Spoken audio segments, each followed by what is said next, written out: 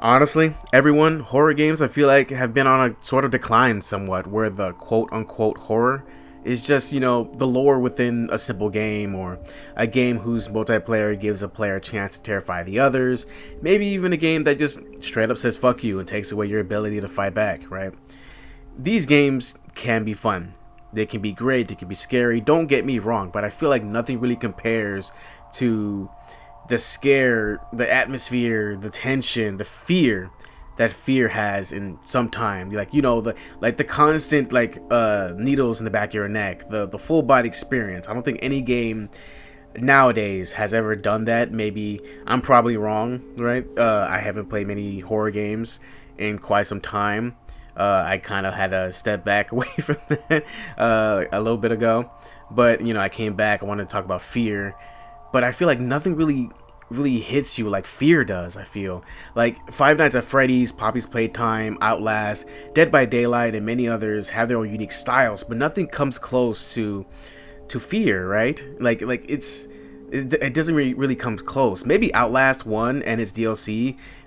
That game, the DLC is honestly just truly amazing. I love it all, but I feel like fear just does better. It just does better because it allows you to fight back, which is really nice. And sometimes, like, even fighting back, it doesn't really mean shit because everything you're fighting against can full on eviscerate you if you're not even careful. When it comes to indie games, I've seen what they can do with horror, and it's great. Honestly, their ideas are fucking banging. Honestly, it's just that the lack of finances and resources just make the potential just not reach its maximum, and it just really is a shame. I really wish we can just support them more. I really wish I can support them more and sort of like fund these projects because I just want them to succeed. Why I'm talking about this is because I'm really passionate about horror, about the horror genre, like either through games, movies.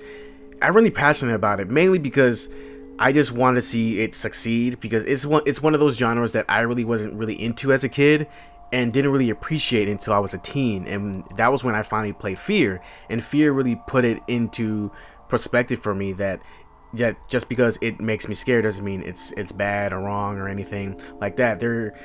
It's a unique type of story that you can build with Fear, and I loved it so much when it came to the story of Fear 1 and 2 that it just became one of my all-time favorites when it comes to horror games. If you don't know what Fear is, you might know who Alma is, but if you don't, oh boy. Oh fucking boy. So, Alma is the chief antagonist who will terrify the shit out of you throughout the games, who will make the game so much more better in terms of horror, like fear, just story, the atmosphere, the tension, just literally everything. When she comes on the screen, when she's manipulating everything around, you best get the fuck out the way, right? You're in for a ride. Alma is a force to be reckoned with, as she is the main one pulling the strings, and she can physically attack you in the games, especially Beckett, the protagonist of the second game, because she wants that man's attention. I'll say that she wants his attention, and oh boy, did she get it, whether he liked it or not. But Alma is she's an integral character in the franchise, and with the whole origin project centered around the games. And honestly, she's just a big super victim in all this because of her father's experiments, losing her two kids, and her life in the process. She is literally too fucking angry to die, as her psychic powers kept her alive. She would manipulate her youngest son to help her get out of the facility she's stuck in, and would cause hell for literally everyone around her. Like, seriously, she causes hell on earth. She's literally the mother of the apocalypse. That's what they call her. And it's for the first two games, it's a wild ride. The second game, everything's just pretty much on fire, honestly. Everything's just smoldering. You're just there, right, fighting. But she would find out, like, if you play the first one, right, she would find out that you, the protagonist of the first one, is her first son, and would try to get you to join her, which you don't, and you are forced to kill your brother. And then after witnessing Alma kill her dad, you kind of, sort of overload the nukes and, you leave. You essentially just pimp off out of there. But the cool thing is that in the second game, it starts off 30 minutes before the first one ends, and you play as Beckett. Oh god. Poor Beckett, right? A Delta Squad soldier who catches the attention of Alma. And she finds him very appealing after, he is tricked to amplify his psychic signature, which Alma gets fucking thirsty for you and, will proceedingly try to assault you the entire fucking game. The entire game, you're either running away from enemies or trying to kill or capture, like, whoever you need to do whatever, right? And Alma uses replicas to try and get you as well. And replicas are basically like, failed soldiers that, have psychic signatures that became monstrosities. And dear God, like dealing with them can be a pain in the fucking ass. But it's whatever. They can genuinely just go ahead and add to the tension. Like you can have, like, the needles in the back of your head, and you're like, oh shit, what's gonna happen? And you think you're gonna fight like one of them. No, you're gonna fight a whole army of them and fucking ghosts. Dear God, what the fuck? You actually have to shoot the ghosts too, or else they'll go ahead and damage you a little bit, which is honestly pretty fucking crazy, right?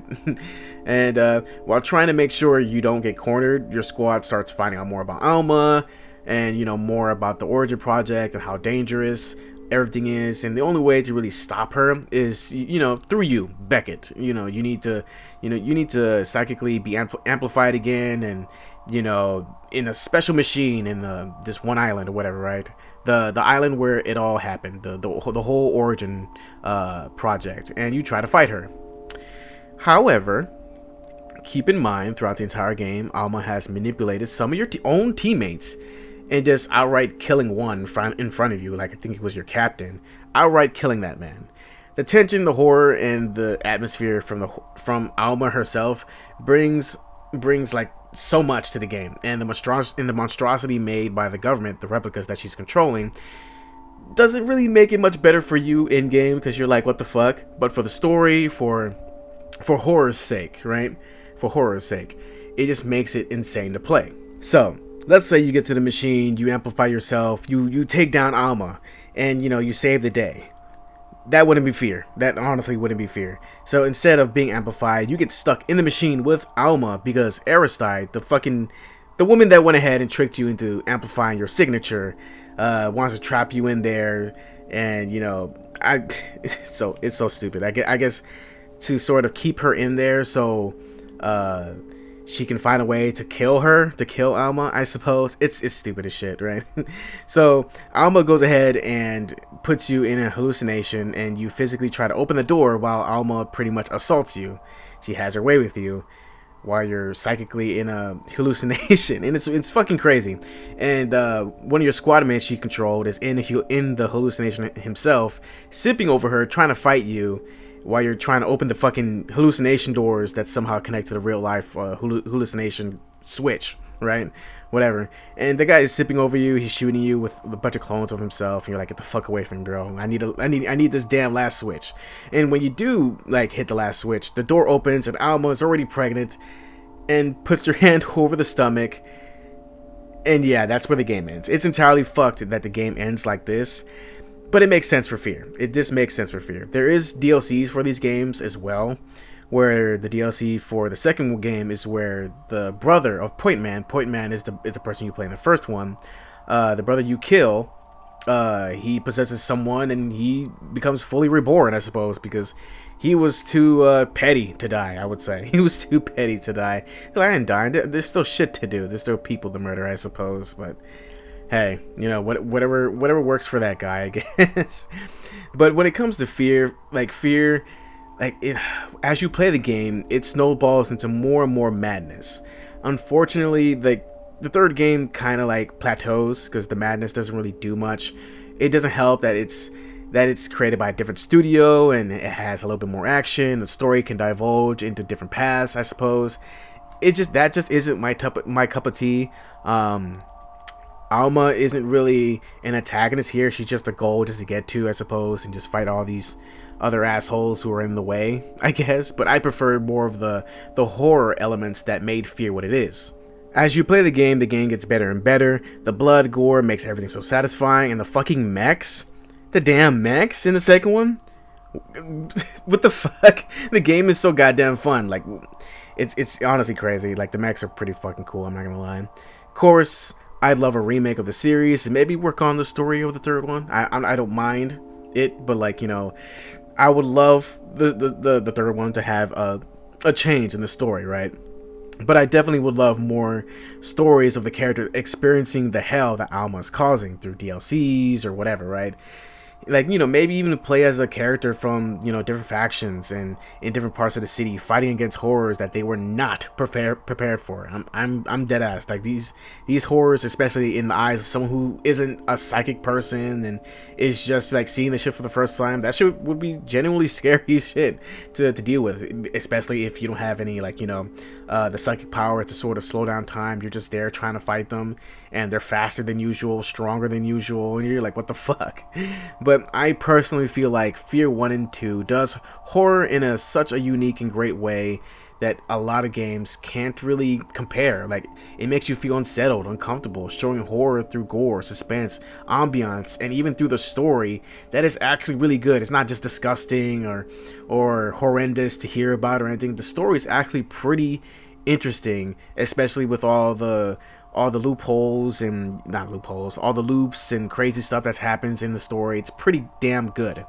Plenty of games don't even come close to this. Maybe Dead Space. Dead Space is horrifying. It's a great game. Outlast, like I said, the first one and its DLC. And honestly, I would love a remake of Fear. Like, just like give it the whole Dead Space 1 treatment. Just remake it, revamp everything, make it extremely terrifying, and, you know, make everything feel better, and just do it right, please. Just do it right. And honestly, with that being said, this is why, you know, Fear is terrifyingly good, to me at least, to me. And even today, at today's standards, I think it's well above many scary games that comes out today, honestly. But that'll be it for this video. Like, comment, subscribe, stay safe, and, you know, play the game. And honestly, if I normally say stay healthy mentally, emotionally, and physically. See you guys next time. I mean that, but if you play this game will go ahead and stress you out mentally, emotionally, and, you know, maybe even physically if, like, the game is really hitting you that hard, maybe. But it's just one of those games. It's just one of those games. Stay safe, everybody. Thank you for supporting the channel. Love you guys. See you later.